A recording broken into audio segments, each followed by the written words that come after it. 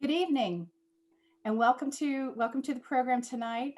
Thank you all for being here. I'm Kelly Caudle, Vice President of Strategy and Programs for Georgia Humanities.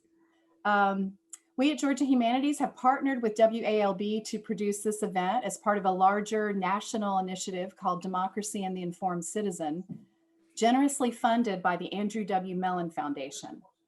Our program tonight concerns the importance of local news during a pandemic, which is to say during any type of serious crisis. Before we get started, please note that this program is being recorded and will be available later for viewing. And if you would all be sure to mute your selves, that would be helpful for the panelists as well. I would also like to thank Jennifer Grove Camacho, who has been indispensable in putting together this program tonight. First of all, for those who are not familiar with Georgia Humanities, we are a nonprofit organization serving the entire state, connecting people and communities to encourage understanding and inspire hope. We do this through sharing and supporting humanities programs for the public. We work with public libraries, higher education, museums, and other cultural and educational entities. Please check out our website at georgiahumanities.org for more information. And you can also find a free copy of our Media Literacy Guidebook available for downloading. We know the humanities as the academic disciplines involved in the study of how people understand and express the human experience. The disciplines of literature, history, art, music, language, ethics, philosophy, and more. One goal of such study is to better understand the self, but more importantly, to understand and empathize with those whose stories are different from ours. Empathy is thus a natural companion to something else those of us who work in the humanities place great value on: civility and civil dialogue. Since our nation's founding, the humanities have also been viewed as essential for educating citizens so that we might understand our history, think creatively, form reasoned judgments, and make informed decisions. We've been able to draw on the humanities to address some of the most challenging questions we face as a society. Here's where journalism comes in. Journalism is solidly at the heart of the humanities. Journalists play a vital role in bringing to light previously untold stories and creating a context for understanding them. At their best, journalists identify issues of concern to communities and provide information to help us make reasoned decisions about them. Strong local journalism builds trust in democratic institutions, and strong local journalism builds strong communities. The Washington Post media critic Margaret Sullivan wrote a column in 2018 about the decline of local news outlets, explaining that, quote, "One of the problems of losing local coverage is that we never know what we don't know. Corruption can flourish, taxes can rise, public officials can indulge their worst impulses." Here's another quote to consider about the benefits of local news. Ron Heifetz, a professor at Harvard University's John F. Kennedy School of Government, described local news as an anchor because it, quote, "reminds a community every day of its collective identity, the stake we have in one another, and the lessons of our history." Tonight, we intend to have a lively conversation about all of this and more, led by a very distinguished broadcast journalist who certainly knows the value of local news, Carla Heath Sands. WALB's viewers hardly need an introduction, as she is an anchor for its noon, 4, 5, and 6 p.m. broadcasts. But here's a brief background for those outside the viewing area. Carla is a Brunswick native with a degree from Mercer University. She began her broadcasting career in 1989 at WMAZ-TV in Macon as a weathercaster and community service director. She came to WALB in 1997 and co-anchors WALB News 10's Today in Georgia at 5 and 6 a.m. and anchors the noon newscast. She hosts WALB's public affairs program Dialogue, as well as the public affairs segment during the noon news. And she's a winner of the Georgia Association of Broadcasters Gabby Award for Best On-Air Personality. Oh, and she happens to be a fabulously talented singer. Finally, Carla is a member of the Georgia Humanities Board of Directors. I'll now put the program into your capable hands, Carla. Well, I thank you so much, Kelly. And let me say that when I was in weather, when I had a weather career, I would always say, I'm not a meteorologist. I just play one on TV because I was a weathercaster. But that was in the past. That was in the past. But I have enjoyed, what I've done in terms of being a part of the community, sharing news with the community, and keeping everybody informed as to what's going on in our local communities. And I want to thank the Georgia Humanities and WALB for co-hosting, co-sponsoring tonight's event, and for asking me to be a part of this. Now, we've got a wonderful, wonderful panel that will lead us in our discussions. Before I introduce them, I'd like to go ahead and let you know that at the very end, there will be a survey at the end of our discussion. And if you will be so kind as to just take a moment and complete that survey, and I'll give you another reminder a little bit later on. It'll pop up at the end of our discussion. But let me introduce our panel. Impressive. Marcus Howard is a PhD student at UGA with a focus on political and international communication. He is also the author of Georgia Humanities' media literacy book, How Journalists and the Public Shape Our Democracy. Marcus previously worked as a reporter for Reuters, Los Angeles Times, Chicago Tribune, and Savannah Morning News. Also, Jill Holloway is joining us as she is the managing editor at the Post Searchlight in Bainbridge. The paper has been in circulation for well over a century. She received a bachelor's degree in journalism from the University of Alabama. And Alden Lissa is a sophomore at the University of Georgia. The Valdosta native is currently enrolled in the university's Grady College of Journalism and Mass Communication program, and she has also written for the Red and Black, an independent student newspaper. Thank you to all of our panel tonight. And I will go ahead and just start with, I just jump in with Marcus and Jill. Let's talk about the unique role of local news in our communities when we compare it to other forms of national news. And I guess if you can speak to how important it is, especially to rural communities. And Marcus, if you'll kick us off. Sure.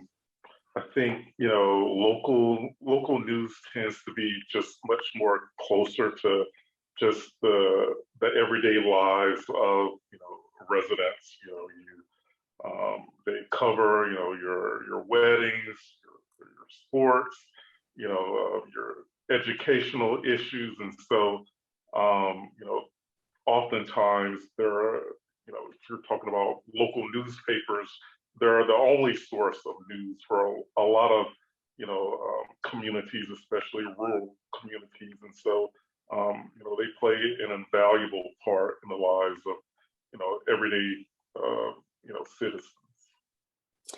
And Jill, you speak to the newspaper because, again, you've been with a paper that's been in that community, let's just say forever.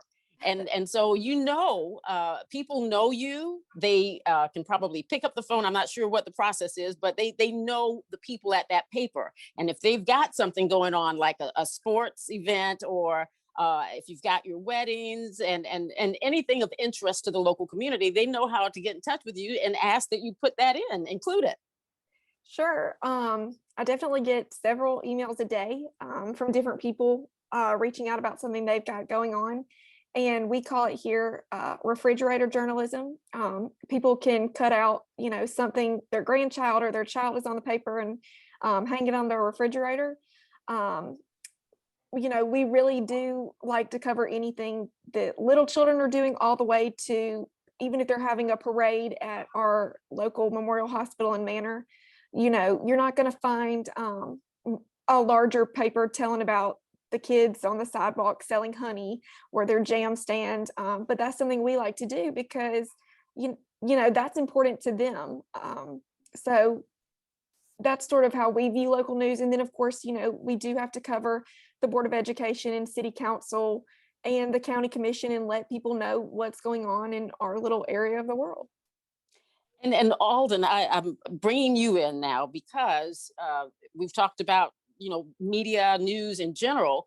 But let's talk about your generation and how you are, receiving your news. Right. So, sadly, a lot of people in my age group get their news from like social media, which is a major source for misinformation. But as far as news sources go, it's important to look for the things that are most important to you, right? So, like we were talking about with local news, it's so important to value what's happening right at home. I think that my generation has been raised in this world where information is just at our fingertips, like everything is just a Google search away. And so it's really important to seek out those things that you can't really Google, like what's happening down the street or what's happening at your neighbor's house, like those local stories that really matter to the people around you. I think that that's very important. Well, you, of course, Marcus, we mentioned your book, your guide here. Let me see if I can hold it. There we are. How Journalists and the Public Shape Our Democracy. And in reading, you've got some information in here about tips for consuming news and getting facts. And if you just reflect, over the last several years, there's been a lot of usages of terminology about fake news. That's not true. So what are tips? What do you recommend? What should we as consumers of news do to make sure to fact check? Right. As you mentioned, there has been a lot of misinformation out there concerning the news. And so I think for news consumers, you want to be careful where you're getting your news, right? You want to make sure that the sources of the information you're getting are credible, and so you want to put, I think, your trust in well-known news media outlets, whether they be national news organizations like the New York Times, the Washington Post, network news, as well as your local newspapers and your local television stations. These are professional organizations who have trained journalists who are have a responsibility to make sure that the information they're putting out is factually correct. And so anytime there's a question about whether or not information is true or not, your best go-to would be well-known institutions. So Jill, and for all of us, we have been through a year. It's been a year. We're hopefully on the tail end of this pandemic, but it still, is with us, and we're still having cases of people, being diagnosed with COVID-19, people passing away with COVID as a result of COVID-19. So talk about how and what you're doing with your paper to keep citizens informed about COVID. And do you get any, I guess, is there an area in your paper where people can ask questions or sort of push back on anything that you happen to publish? I wouldn't say there's an area where people can push back, but at the beginning of COVID, we did dedicate 2 sections, and we had where businesses or grocery stores or really anyone could send us information about what their new store hours were, if they were doing curbside, and they may not usually do that, if they're having special senior hours, those type of things. And then we also would, around, like I said, around the beginning, we tried to take it from every different angle, because a lot of people have loved ones that lived here at the manor or something like that, and they want to know what the rules are about visitation and that type of thing. So we try to take it from the school angle. How are kids going to get their schoolwork? When could they pick up their computer? If they were receiving lunch, how could they still do that? And then we took it from the hospital angle, what the visitation rules were now, when to go to the emergency room, like at what point does it become something, serious that you need to go there for, or should you stay home? they weren't allowed to have any visitors at the hospital. So, Mhm. Also some of the entrances were closed. So where do you even go when you go there? And then, like I said, for people who have loved ones that are Memorial Hospital and Manor, what their visitation looked like, which for the most part, they did not have visitation, but they did open it later where they could have like 1 hour outside, they can bring them outside, or they would have parades, so at least people could drive by and wave. And then, of course, for the jail, it was a little different. They were no longer allowed to have visitors, but we did want to take it from that aspect and see, what they were allowed to do. And they were getting additional phone calls and more money put in their accounts so they could have activities to do as well, in order to keep them safe. So they look to you for the information about what do we do? Right. When do we do it? When can we do it? Yes, that was kind of the role we played in it because, it is a lot of information. And then, of course, when the city decided they wanted a curfew at the beginning, we needed to report on that, to remind everyone what the rules are. And people from out of town, if they're coming here, they may not know that. And if they see it on our Facebook page or something like that, that can help them. And Alden, she mentioned Facebook, and you already, shared that your friends, for the most part, they look to this, for their information. So, when COVID hit and things drastically changed, and we're talking curfews, we're talking about, virtual learning and all those types of things. You couldn't go to your restaurants or your bars and all the things that college kids like to do. So what was the conversation? I will say that a lot of attention turned, especially here in Athens, to the red and black. We were really responsible for similar things, telling right there at the beginning. I mean, people didn't even know when they would be back in the classroom. So a lot of times my friends were turning to the red and black for stories about what classes would look like. Are we going to be hybrid? Are we going to be in person? What local businesses are struggling. That's been a big thing because downtown Athens is so big, and not being able to have people, especially students, frequenting those businesses, there's been a huge impact on that. So a lot of the conversation surrounding COVID news, I felt really honed in on the community, because it wasn't, while we're still all looking at numbers of cases and deaths and everything, on a much smaller scale, we're really turning to how is this impacting our daily life, and a lot of that you can't find on Instagram. Well, did you get or did the paper get questions, or I guess I'm thinking of the areas in some papers that allow citizens to vent or to express whatever frustrations they have. Did you get questions from students questioning the information that you were sharing about COVID? Absolutely. And our reporters on our opinion beat especially got the brunt of that, because they were going out on the street and they were asking people, what do you think? They were Zooming with these students and they were asking them for their opinions and everything. And so we definitely received a lot of mixed opinions, opinions on both sides of it, reporting on that side of it, on the opinion side of it. And I'm sure the mask made for some lively conversations. Absolutely. I want to, we'll probably come back to more COVID related conversation in just a moment. But one of the things that we wanted to talk about too in newsrooms, whether it's a newsroom at the paper or a newsroom at a television station or at a radio station or wherever, talk a little bit about the importance of diversity. Marcus, this is you again. You talk a little bit about that, I believe, in your book. So why is it important to have diversity in a newsroom?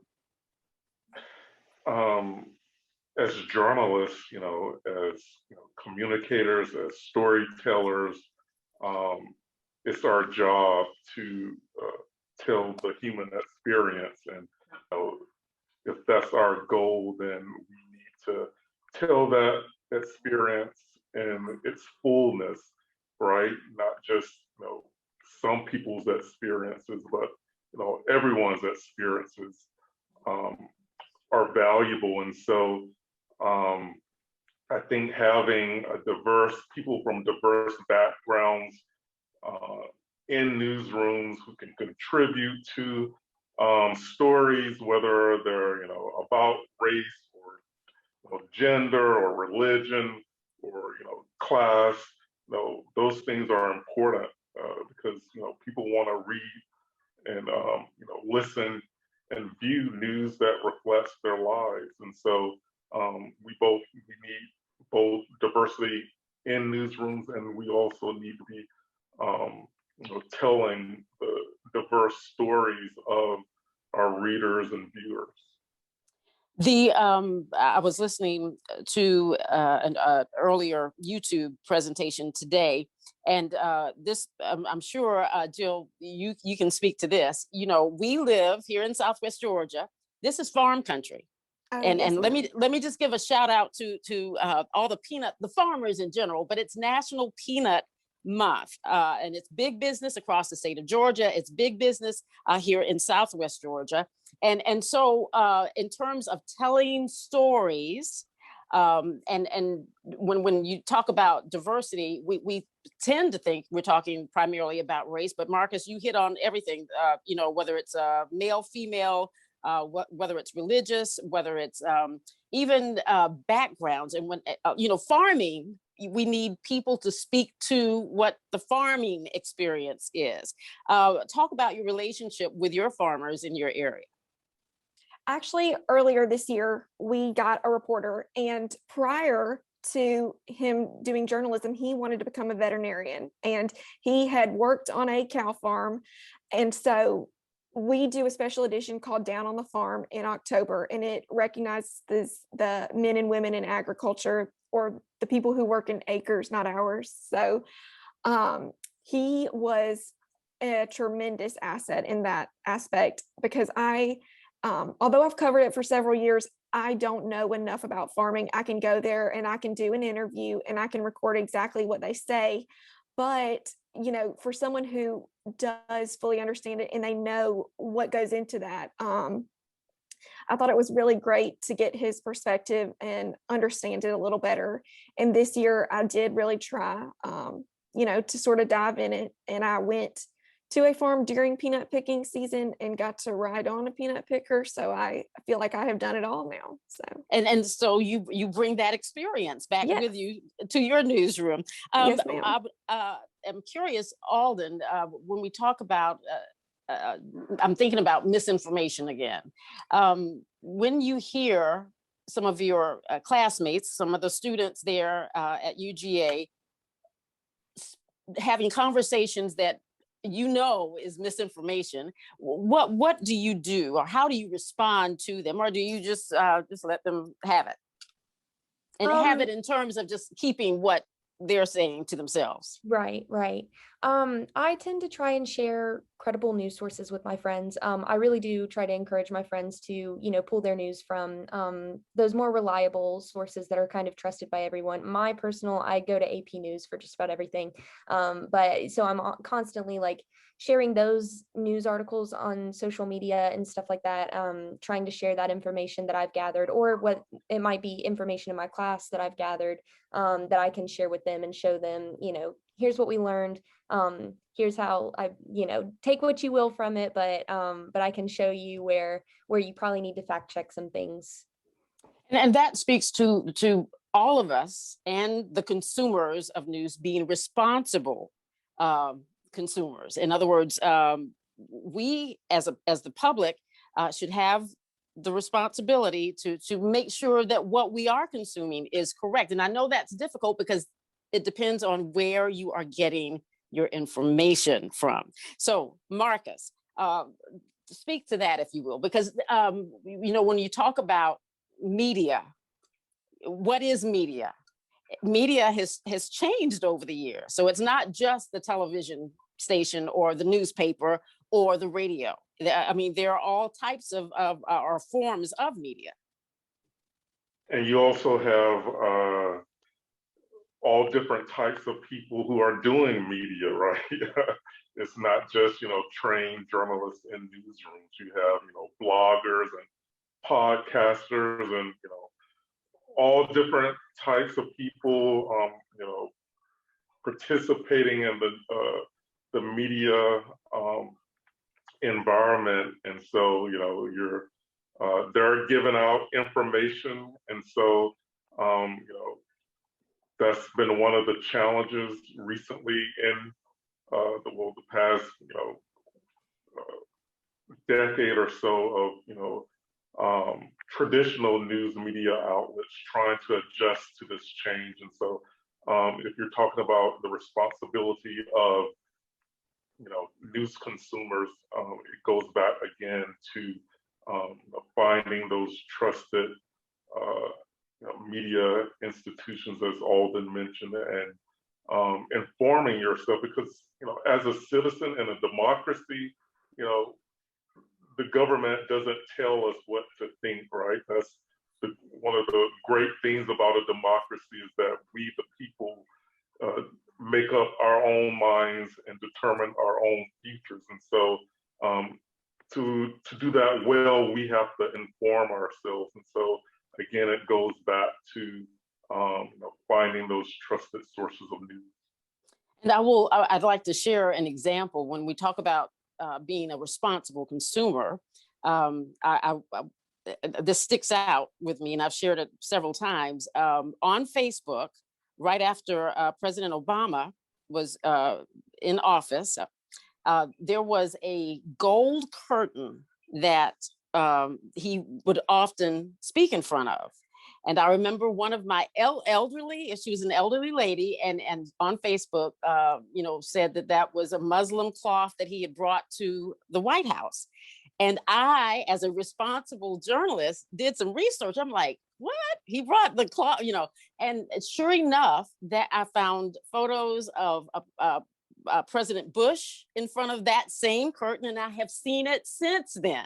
So I think, again, the trick is, where do we get the information? So somebody started that, and somebody had her believing that he had actually brought that gold curtain to the White House. The other thing I want to go back to, and of course, that's pretty much to be the focus of this evening, is in this COVID-19 pandemic.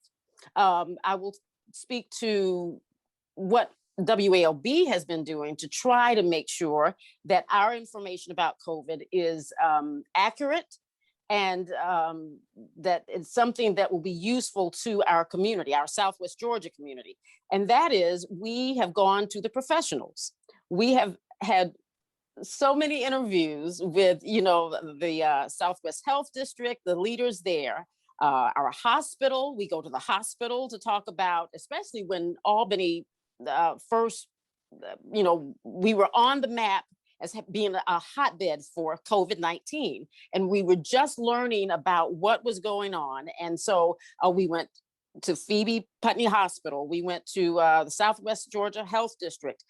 We went to medical professionals in the community, just to try to be informed and inform our viewers, but also to calm some fears, because at that time we were very nervous about what was going on. It was new. And one of the things that I have heard and read on social media is that, things are changing. You're telling us one day to do this, and you're telling us another day to do that. Well, I think as we learn, there's a phrase that I use, it's an Oprah phrase for all you Oprah fans. When you know better, you do better. So when you learn, then you're able to do better. So as we received more information, we could pass that along to our viewers and hopefully help them, get through whatever this was at the very beginning. And since then, about the masking, about the vaccines. And that brings me to vaccines. Jill Holloway, how is your community responding to the fact that we now 16 and above can now get a vaccine? I can't speak for everyone younger, but I know recently I went to the hospital and we actually talked to the shot administrator. His name is Lee Johnson.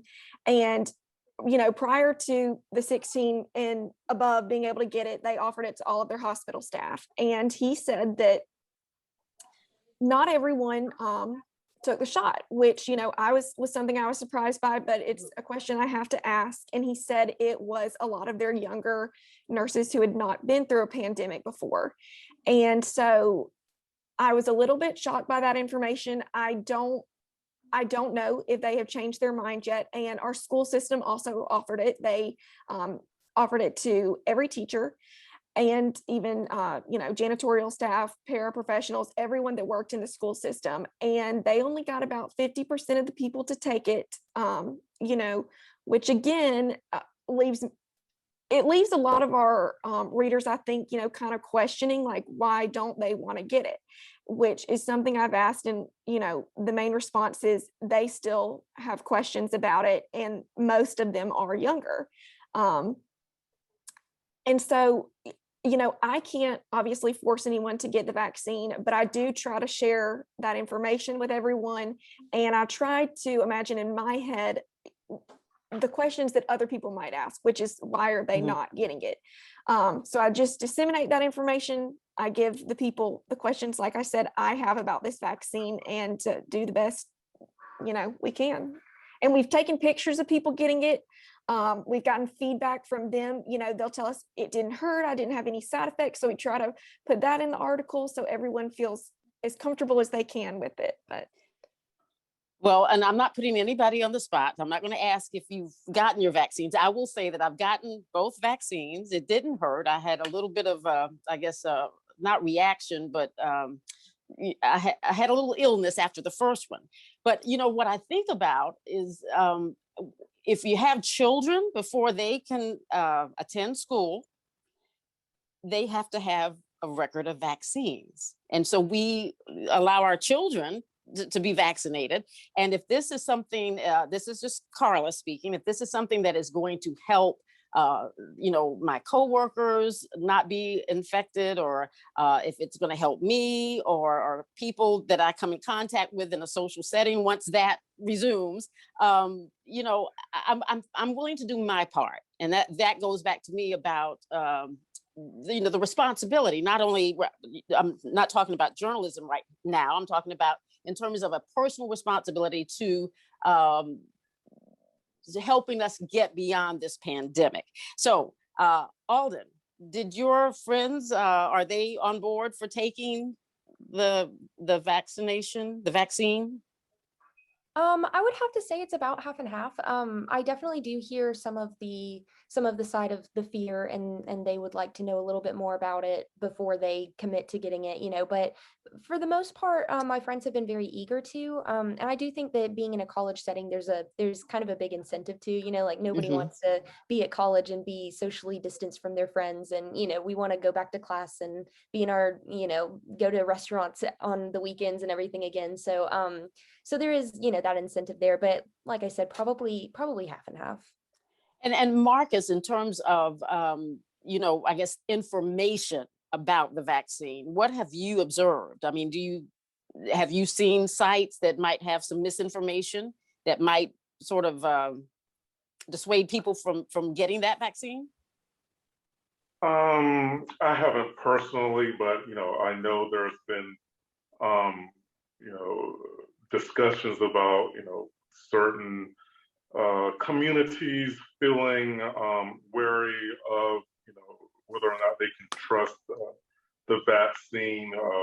Sometimes for historical reasons, and sometimes just because there's a mistrust in government and even the science behind it. And so that's something that I think communities are grappling with, and just something people again have to kind of do the work of researching and finding out what's credible information and what's not.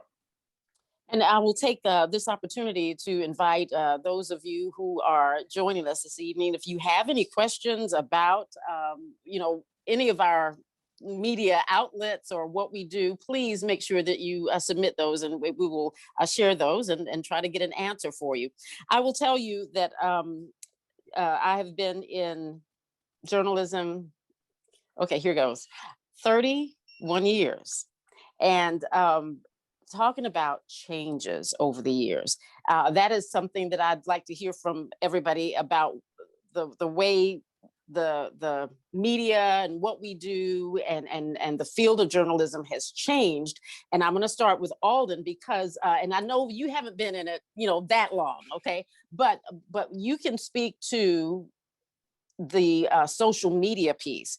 And I bring that up because I remember when I started here, it was just about, getting the scripts done and going out there and the reporters would go and cover their stories and submit those. And that was it. Then with us having to have a web presence, the reporters would do their stories, they would report on their stories, and then they would have to submit the information to the web so that people who follow WALB or whatever media outlet can get it here on their phones or on their pads. So in your short number of years that you've been in the business, what have you seen, witnessed some changes that have you observed some changes? Absolutely. I mean, not that I've had a lot of experience in this, but since I guess since I got to Grady, I would say that we really definitely went from the more typical news sharing experience to now everything's happening over Zoom, and those things they're shared on social media, and there's a bigger pressure to like share things on Instagram stories or to get your views up and your followers up, like a lot of stuff on Twitter too. So I would say that I've definitely seen it go, also as a consumer, I guess I could say that I've seen it go from looking things up even just from a news source's website, like instead of going to walb.com or whatever, I would now go to their Facebook page, and because it's also kind of more instantaneous, right? Like you post a story on your Facebook page, I see it on my news feed as soon as you post it, but if you post it on your website, I don't have a way for that to notify me that I'm getting news, so there definitely has been a shift in that, especially since the pandemic, I think. And what about for you, Jill? The changes that you've seen? So when I started here, which was not even that long ago, about 3.5 years ago, we had 2 print editions, a Wednesday and a Saturday.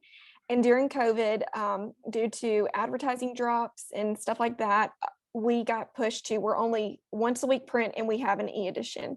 And I did not realize at the time what a drastic change that was for our community, who was so used to having a Saturday paper. And, they're used to opening it up and seeing the football on the front page.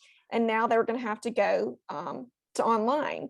And we have a lot of adults who really like having something in their hands. And, I did also not realize prior to this how many people still in Decatur County don't have internet where they live because it's in a rural area, but they had a mail carrier. So we've gotten a lot of pushback about that, which I know seems strange. Everyone says print is dying, but they actually do not like our online edition as much. So, I mean, we definitely still have a Facebook presence and we try to make that big. And for we love to put a lot of pictures and albums on Facebook because that seems everyone loves pictures. So this past weekend, the seniors had like their promenade and we did an album about that. And people do enjoy stuff like that to see on the internet. But as far as like news consumption, from what I've seen, they like to have to hold it in their hand. So. And Marcus, the changes, you've done research, you are working on your PhD now. Talk about the changes that you've seen in media and in journalism over the years. I mean, one major change is that news is now available at our fingertips whenever we want, wherever we want. You have so many different platforms to get news. And of course, it used to be that, you only got the news at appointed times, right? It was when the evening news came on at night, everyone gathered around, or it was, in the morning times when you got your newspaper on your doorstep. But of course, that's all changed. You just, pick up your phone now and, you can see what's going on in the world. And then again, there's also, more voices, telling stories. As I mentioned, you have, you have some good kind of citizen journalists who have their own blogs or are doing podcasts or whatever, and so and I think that makes it even more interesting for traditional journalists, because now we're not just going out and getting stories. We're also like looking at what's going on social media like Twitter. Sometimes that's where we're finding stories is on social media. And so there's kind of more of an interaction between us, the professionals, and news consumers. There's kind of a back and forth there where we're sharing information. So those have been really big changes. Kelly, I believe we've got some questions, if you will share those with us. Yes, thank you. I'm gonna jump right in here. So we have a couple of questions that are kind of along the same lines, and those are how does somebody know that information being provided is based on a reputable source, or where let's review again where we can go to find out reliable information, reputable sources. Marcus, if you'll take that. Yeah, I mean, you definitely have your institutions that have been around for many years, and as journalists, it's important that we're transparent ourselves about where we're getting information, right? Who are our sources, and so that's why there's attribution in our work. We tell readers and viewers that we got this information from elected official or the CDC or local physician. We're not just making this up, right? That's part of being transparent with news consumers. So, and again, that's one way that people can find out whether or not information is true. Is where do we as journalists get this information, and they can see for themselves. So we've got another question. If I want to go ahead and jump in, or do you want to go ahead, please? Anyone else? Or does somebody else want to respond? So this is I think Marcus covered it pretty well. Okay. Yeah. So this is a really interesting question, taking the period of the COVID pandemic and a little bit of a different direction here. So this questioner notes that public input for city council and commission is limited, or has been limited, due to closed city halls. So the question is, how have your communities bridged the digital divide for local citizen comment on issues? How do we have our voices heard when we can't show up to the meetings? Ooh. Well, I can tell you that what our meetings pretty much have been covered. We have streamed on WALB.com, and most of those meetings that we've had, they're of course changing now, but we either have a reporter there still to cover, and throughout COVID, of course, everybody was required to have the mask, but when they were informing us at our commission meetings about the latest on what was happening in the community with COVID, we were having meetings regularly, I mean, throughout the week. And then as the numbers would go up, they would continue to meet, and we would be able to stream that on WALB.com or on our Facebook page and keep the community informed about, the latest numbers and what they were asking us to do. In terms of just totally not being able to attend a meeting, I believe here in Albany, they had the chairs where you were separated. So our community, you could still attend the meeting, is where I'm going with this. Now, I'm not sure about Jill, were you, in terms of your local meetings, were they able still to attend the meetings? Yes, ma'am. We were still able to attend the meetings. Masks are required, and I know this is something our community does, and maybe for this particular individual, she could suggest it or she could email someone.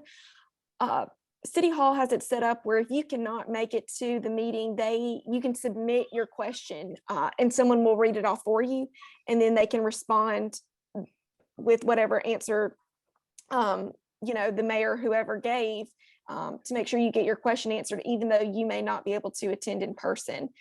I don't know if they have that capability there, but I do think it's a feature that people enjoy. And making contact with your local representative, Right. for your district. You can pick up the phone and call them and let them know what you're concerned about. But again, here in Albany, I don't believe they ever just totally shut it down. They did take those precautions recommended by the CDC in terms of, how far you had to sit apart and the fact that you had to wear those masks. Let's talk about how can viewers or readers interact with local outlets, local news outlets? How can they support journalism? Local journalism, sorry. I would immediately, I'm thinking, submit your story idea. And that is how we get a lot of our story ideas. Email, phone, even I get story ideas about things that have happened. Sometimes they're not the most positive things that are going on, but they will send me a Facebook message. So I'm using the social media, and then I will pass it along to the newsroom. We will follow up on it, but that is the community's way of sharing a story idea with us. So all of those avenues are open to you. What about Alden? For the college student, how do they have like a platform to let you know about things that are going on? Yeah, I would say I would go along with that and just say that that obviously readership is very important. Just constant, just going back and checking, but also contributing. If you have any of those kind of ideas or anything, you can submit those via email. And then social media is a great asset in the fact that people can reach us and just private message us anytime that they want. So just reaching out, and if I guess just as journalists are transparent in their writing, if citizens are transparent with journalists, then we have this open communication that allows for us to report the news that is most valuable to them. And what about you, Jill? I know for us, I feel like people think because it's a small community, we have eyes and ears everywhere, but we're actually a really small staff. We only have one other full-time reporter. So I love when we get story submissions about people that we, don't particularly know that well. There's no other way I would have known otherwise, but it's definitely something I want to recognize usually that I just didn't know about. I think story submissions are great. And I do, try to comment on Facebook if I see somebody share a story that I think is interesting. Do you think this person would mind if I reached out to them? And that creates a connection. And so I go from there. One more question, possibly, Kelly? Well, there's another one that's it's you all have started to kind of answer it already, but this question was about how have news gathering logistics changed during pandemic? So you kind of started to touch on that. You maybe couldn't go out and get out in the community maybe as much. You relied a little bit more on maybe social media contact, but maybe talk about that. How has it changed your jobs, I guess, the way that you do your reporting, the way that you do your research and information gathering, get your story ideas during the pandemic?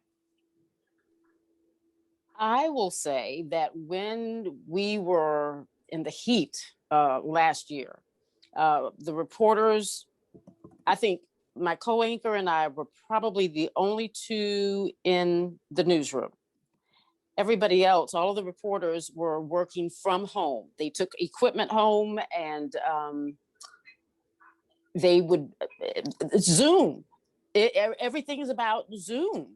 And so they would, and in fact, I don't normally report in terms of a story, but in the midst of the pandemic last year, I did some news stories. And I would either call somebody, for instance, when the churches were not having Sunday worship services, I called ministers. I'm like, may I interview you? And so we worked our Zoom, or either they'd send a picture and I would record. I found some apps on my phone that allowed me to record what they were saying, and then it would transcribe. And then I had to, put my stories together, and my news director would be tweaking and sort of cutting me down because I tend to be long-winded. And so, but it was a learning experience. But that is how, it was modern technology. It was all about the modern technology, a lot of Zooms, a lot of phone calls. And at that time, I don't believe we were doing in-person interviews. And as the numbers improved, we were able to do that a little bit more. But it's just been modern technology. Alden, can you speak to that? Absolutely. I actually started writing for the Red and Black right before Corona kind of hit and became a big thing. And so I remember not writing anything for spring break. It really hit right after we got back from spring break. That was when, we found out we weren't coming back for classes and campus was closed. And so anyway, before that, I was doing, I had worked on a Mott story, a man on the street story. And I had, been going to people at the Tate Student Center and just been interviewing people. And I was gone for a week. And then it was crazy to come back and have to do all of my interviews over Zoom and call people and try to reach out to people over email. I mean, like the amount of quotes that I got from emails was really disheartening, to be honest with you, like right after we got back. And so anyways, that was definitely an adjustment process, figuring out how to do everything online. And, I wasn't even in Athens for any of those stories either, because I was back, I'm from Valdosta, and I had gone back home because campus was closed. And so, it was just crazy to be writing stories about a city that I wasn't even in. Well, Marcus, you are working on your PhD. So you're a student now, or are you in a newsroom, or is it just about the studies now? It's mainly about the studies. That's enough for me. But earlier in my time here, I did a few stories. Okay, so throughout the pandemic, have you been reporting any? No, I haven't personally. Okay. And Jill, for the paper, your interviews are what? Are you Zooming? We have not really used Zoom for a lot of interviews, actually. We did. I love a good in-person interview. I'm a huge fan of them. I'm able to record them and just like see, sometimes that conversation can just lead anywhere because you'll get to talking and it'll just be like a much more comfortable environment. But we did do a lot of phone interviews, which I just find phone interviews more difficult. You can't really see the person and interact with them. And you don't get to really make as great of a connection, but we did the best we could with that. We did have, we have a small section in our paper and it's called the Neighbor of the Week. And every Wednesday and Saturday, we go out and take a picture of a person and they just say, hello, this is so-and-so. They've lived here for this long and this is their hobbies. People did not want you approaching them and taking their picture. So that was a little like, we had to kind of figure something else out. Like we would stand maybe apart from them and they'd be like, I'll send you a selfie. So that was, they would be willing to do that, but they did not want you, close taking a picture of them or anything like that. Okay. So that was something we had to work with. Well, go with the flow is a saying that I Yes. like. And that's what a lot of us have had to do throughout COVID. And again, it's not over yet. We're just getting back in our newsroom and we've got the people come in and they say it looks like a bank because we've got the clear glass petitions, so that if you sit next to somebody, if you sneeze or whatever, there are precautions being taken. We've got 5 minutes left, and anything that any of the panelists would like to end with to share before we close out. I guess I'll say something. Going back to misinformation, I want to remind everyone that, definitely we try as hard as we can, but we are still people, even if we record it, there may be a mistake. I know for myself, I always try to justify it and I'll run corrections, when necessary. But I definitely, I don't want anyone to think I hold myself to a higher standard because I know that I'm not perfect and a mistake can slip in, you know. So. And I think I think I may have read this, Marcus, in your book. One of the most important things is that if you do make a mistake, and we all make mistakes, and we have to go back on air and say, we told you yesterday, you know, we gave you an incorrect time. It's not a deliberate bit of misinformation, but you have to be willing to make that correction so that your viewer knows, hey, you know, they've given me the correct information. So with that, Kelly, anything you'd like to add as we close out? I know I want to remind everybody about the survey. It should pop up at the end of our discussion, but anything else you'd like to add, Kelly? Well, I would just like to thank all of the panelists for participating, and to the audience for joining us this evening. I would like to remind everyone that the guidebook that you held up a couple of times, I've got it right here. is there's a PDF version that is available on the Georgia Humanities website, and you can download that or just read it online on screen if you prefer. And that's at georgiahumanities.org. Will also be more information there about other programs in this initiative, Democracy and the Informed Citizen. So, you know, stay tuned for that. And I'll let you have the last word, Carla. I'm thinking about, again, I've been in journalism, the media for 31 years. And one of the joys, or I should say the biggest joy that I get out of this is that I've learned about my community. The community is so very important to what we do. The local community is important to what we do. And I'm just grateful that I've gotten to learn so much more about our community through the stories that viewers are willing to share. It's been a very rewarding career for me, and I've tried my best to just always be honest and be forthright with the information that we've shared with you. And again, we're willing to make a correction if we need to, but we know that people depend on us and they trust us, and what we do is an important service to the local community. So I just like to say thank you so much to all of the panelists, Jill Holloway, Alden, and I had the pronunciation, I've got it written down, so that's why, okay, Lissa, there we are, Alden Lissa from Valdosta, and Marcus E. Howard, best of luck with you, sir, working on the PhD, and Kelly Caudle and the family at Georgia Humanities and here at WALB. Thank you so much for allowing me to be a part of this community discussion. And thank you, community, for checking in with us and sharing your thoughts and your questions with us and having this discussion, and looking forward to many more.